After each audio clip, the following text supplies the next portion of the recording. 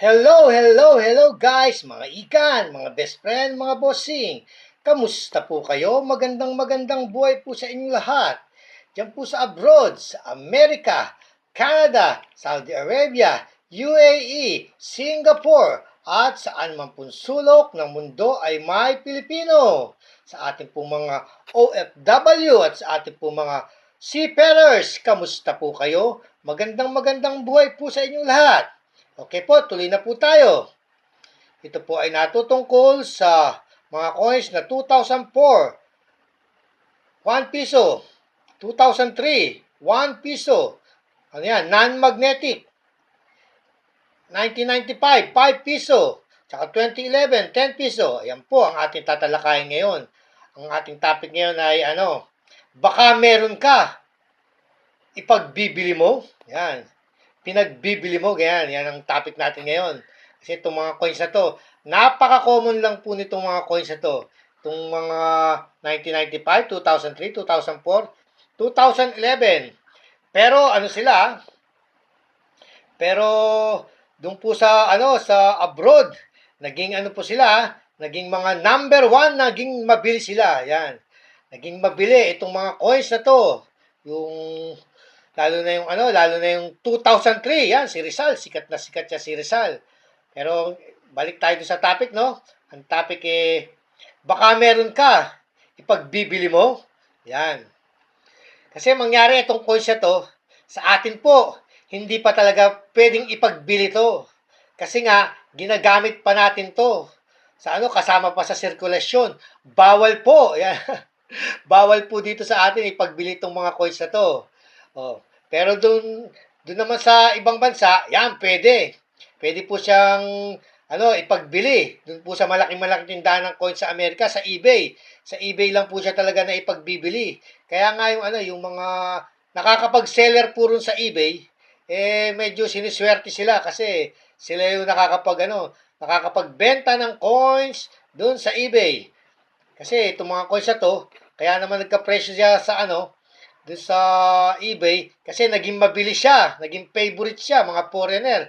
Gustong-gusto ito. Kung saan sikat ang coins natin Kasi nga nadala tayo ni Manny Pacquiao. Kung saan kapanahunan ni Manny Pacquiao tong mga coins na to Sa nadala siya ng kasikatan kaya souvenir nagiging mabilis sa mga kolektor. Lalo na yung Rizal. Yung Rizal, sikat na sikat si Jose Rizal, Etong 2003 to, sikat na sikat si Jose Rizal kasi nga maraming bansa na puntahan si Jose Rizal, Yan.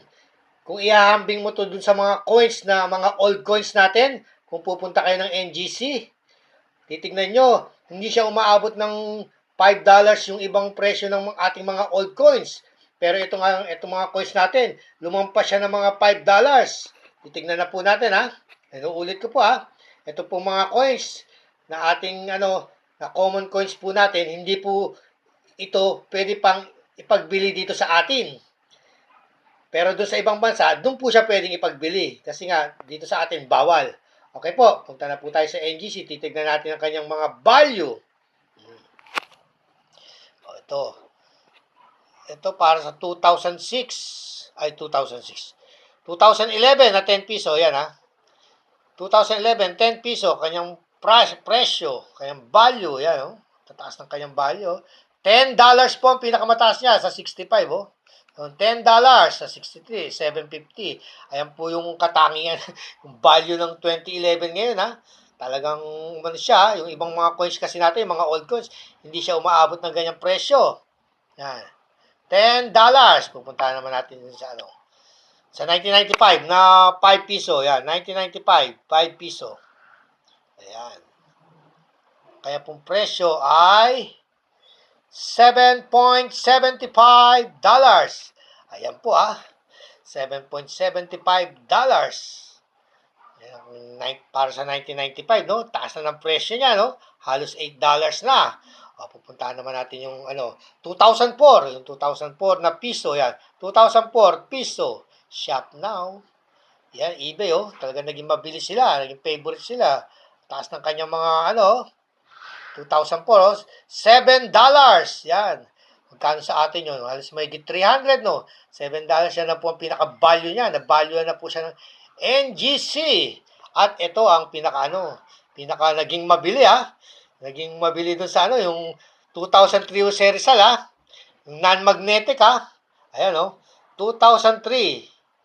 Non-magnetic. Yung hindi po na magnet, ha? Ayan. Ang kanya pong presyo ay $11.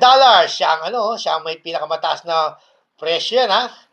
Na ibigay ni NGC. Valuable po. Kung saan, naging mabili yung 2003 non-magnetic. Nung nakaraan, lang yan eh. Halos wala siyang value, ha? Halos 25 cents ang kanyang value. Pero ngayon, umabot na siya ng yung 2003, naging favorite siya. Ibig sabihin niya, naging mabili po siya. Doon po sa malaki-malaki tindahan ng coins sa Amerika. Yan, $10. Okay po, ha? Yan, ulitin natin. Ito pong ating mga common coins. Baka meron ka.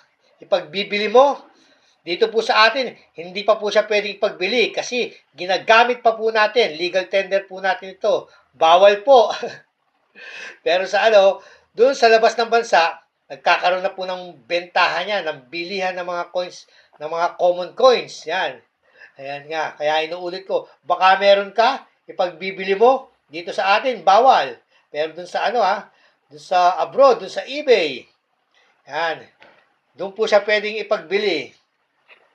Meron naman kasi meron naman tayong mga mga kababayan na nakapagse-seller na sa eBay. Marami na po, meron akong natutunghayan na nagse-seller na sa eBay ng ating mga coins. Sila po ang masakit man tanggapin sila yung nagtatagumpay. Busa kolekta lang tapos sabay pagka collection lang sila ng coins, no? Tapos pagka nakapasok sila ng eBay, nakakapagtinda sila ron, negosyo na pala.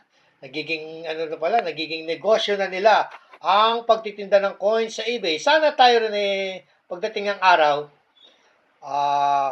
makapagtinda rin tayo ng mga coins sa eBay. Kaya hinihikayat ko naman kayo magtinda doon sa eBay, makapasok sa eBay. Mangyari po, may kahirapan lang po talaga sa sa pagpasok doon sa eBay. Kasi nga, kailangan malakas ang connection mo.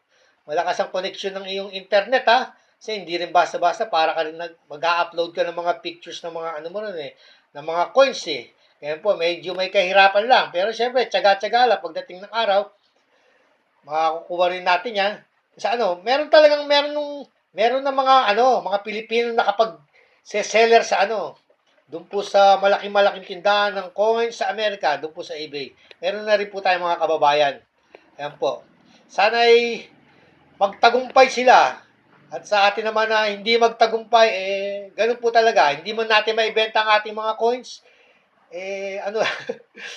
Ang mahalaga, meron tayong koleksyon. Pagdating ng araw, yan ang dyan Pagdating ng araw, may mga koleksyon tayo. Okay po, sana po nakapagbigay ako ng konting impormasyon, konting aliw para sa pangongolekta ng coins. Ang mahalaga, alam natin kung magkano ang presyo, value ng mga coins na ating hawak. Hanggang sa muli po, lagi po nating tatandaan, ang mga barya ay bahagi ng kasaysayan at tayo po ay bahagi ng kasaysayan ng Pilipinas. Bye for now. Don't forget to subscribe.